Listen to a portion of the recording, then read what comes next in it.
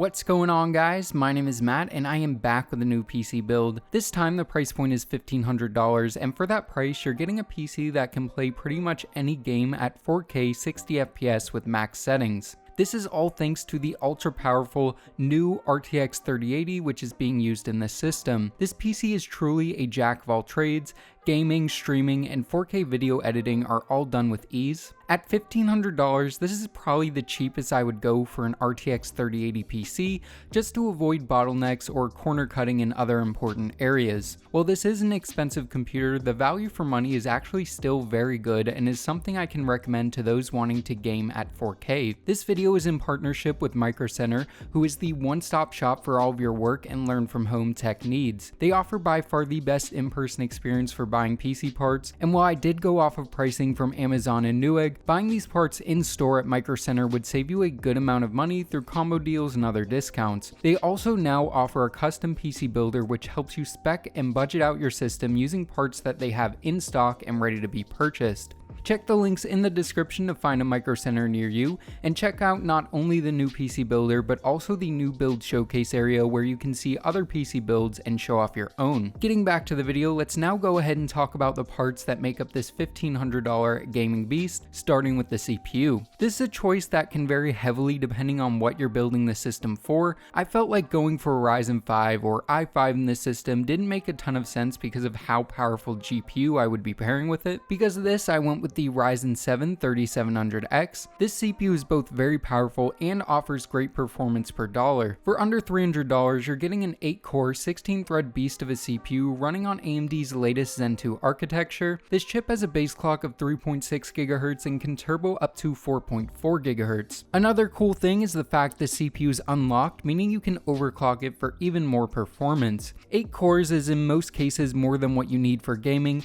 but having these extra cores helps with streaming, video editing, and keeping your system ready for future games where 8 or more cores are supported. Well, yes, going for an i7 or i9 probably would have produced more performance. It also would have cost significantly more and would have likely only provided minimal improvements in gaming. To cool this CPU, I actually went with the stock AMD Wraith Prism cooler. While normally on a higher end build like this, I would go for aftermarket cooling. In this case, the Wraith Prism does the job better than okay and allows us to save money to put in other areas of the build. The Wraith Prism cooler is a surprisingly beefy and chonky downdraft cooler that keeps our system relatively cool and quiet. This guy features 4 copper heat pipes and a pretty substantial aluminum fin array. Thermal paste is pre-applied and uses the stock AMD clip method, which takes seconds to install. Another plus is it has RGB LEDs which can be controlled through software, which I'll link in the description below. Moving on to the motherboard, this is another area where there are tons of choices.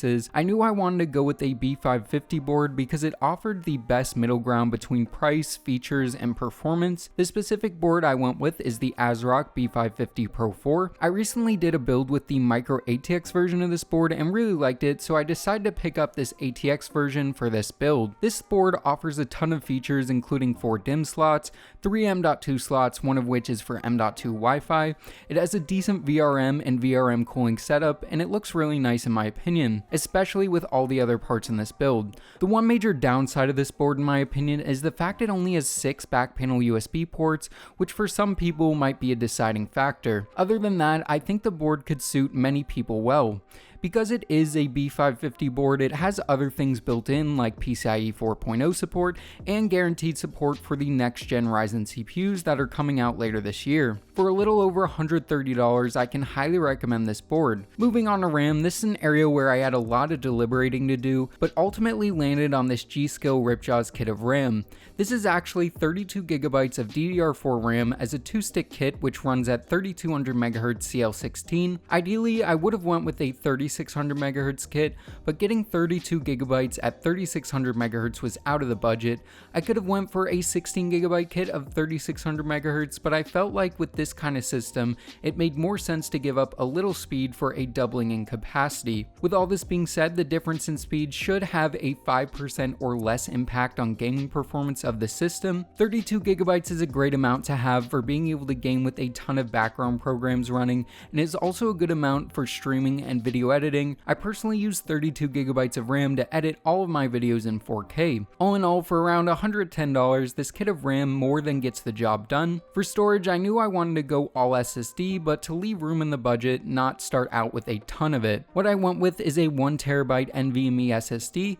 This is the WD Blue SN550. This is a mid to entry level NVMe SSD, but packs a lot of performance for the money. At $105, you're getting a terabyte of reliable and fast storage in the super compact M.2 form factor. 1TB is plenty for your OS, applications, and a decent sized game library. With this being said, you probably will want to upgrade in the future to more storage in the form of another SSD or a large hard drive for mass storage. With that done, let's now move on to the star of the show, which is the GPU. The graphics card I'm using in this build is the NVIDIA RTX 3080 Founders Edition. This is the most powerful gaming card ever produced and comes in at a cool $700. This isn't cheap, but again offers insane performance, being able to max out games at 4K and maintain a 60+ FPS average. This card has 10GB of video memory, and the design on the Founders Edition is pretty interesting. There's a fan on both sides, one of which pushes air out the back of the case and the other pushes it to the top of the case. This design not only looks cool, but also does a decent job of keeping the card's temps and noise in check. With this being said, you will be able to see the temps in the benchmark section coming up in a few minutes. This full metal design results in one of, if not the most dense graphics cards I've ever held. One other interesting thing about this card is that it uses a proprietary 12-pin power input,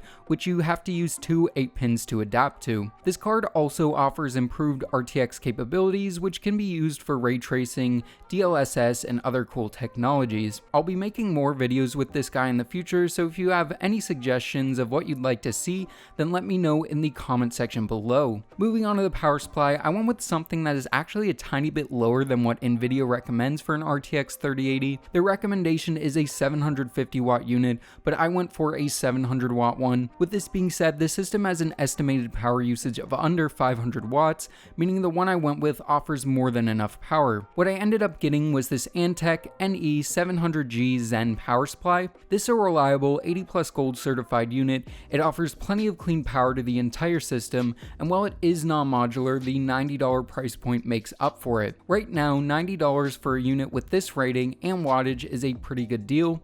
While I would have liked something semi or fully modular, this unit was fine, especially taking into consideration the case being used. Speaking of the case, what I went with is the Phanteks P400A in the white colorway. This is an $85 or $90 case that is absolutely amazing.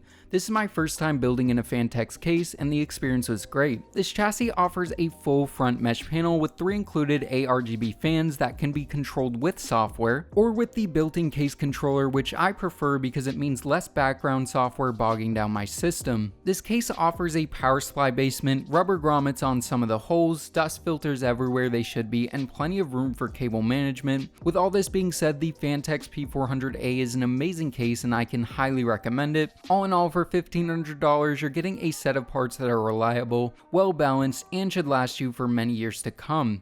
This combination will allow you to game, edit, stream, or do pretty much anything else you could want. There won't be a step-by-step build portion of this video, but if you'd like to see one, let me know in the comment section below, and if enough of you do, I'll make one and put it out next week. So with all that out of the way, let's go ahead and talk about performance. I knew the system was going to perform good, but honestly, I was blown away when I started to see the numbers. I tested at 4K and 1440p.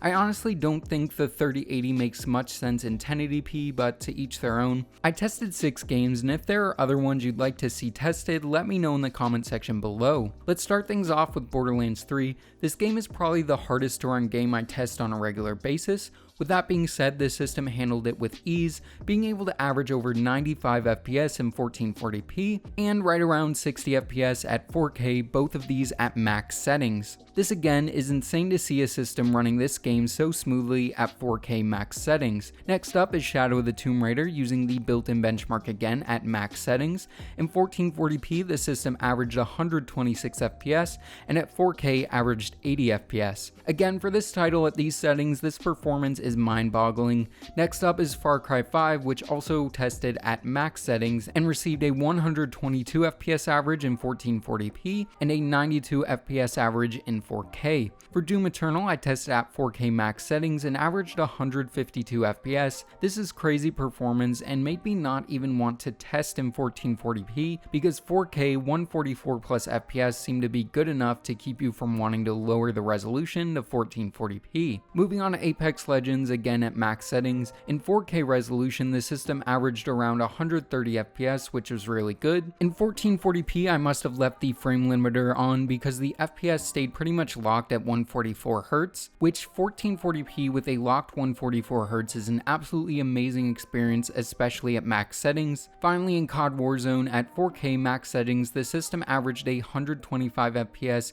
and at 1440p, the system averaged 95 FPS. This again was a great experience, and I'm sure adjusting the settings would allow for a 144 Hz 1440p experience. Overall, the performance on this system is insane and the value for money is actually really good. You could get this system, a 1440p 144Hz monitor to game on, an extra 1080p monitor, and all your peripherals all in for around $2,000. Overall, the system is insanely powerful and I feel extremely grateful for being able to play around with the new RTX 3080. Thanks again to Microcenter for helping out with this build. If you guys like this video, make sure to give it a thumbs up and consider subscribing for more PC and tech related content in the future. And as always, this is Matt from Tech by Matt, signing out.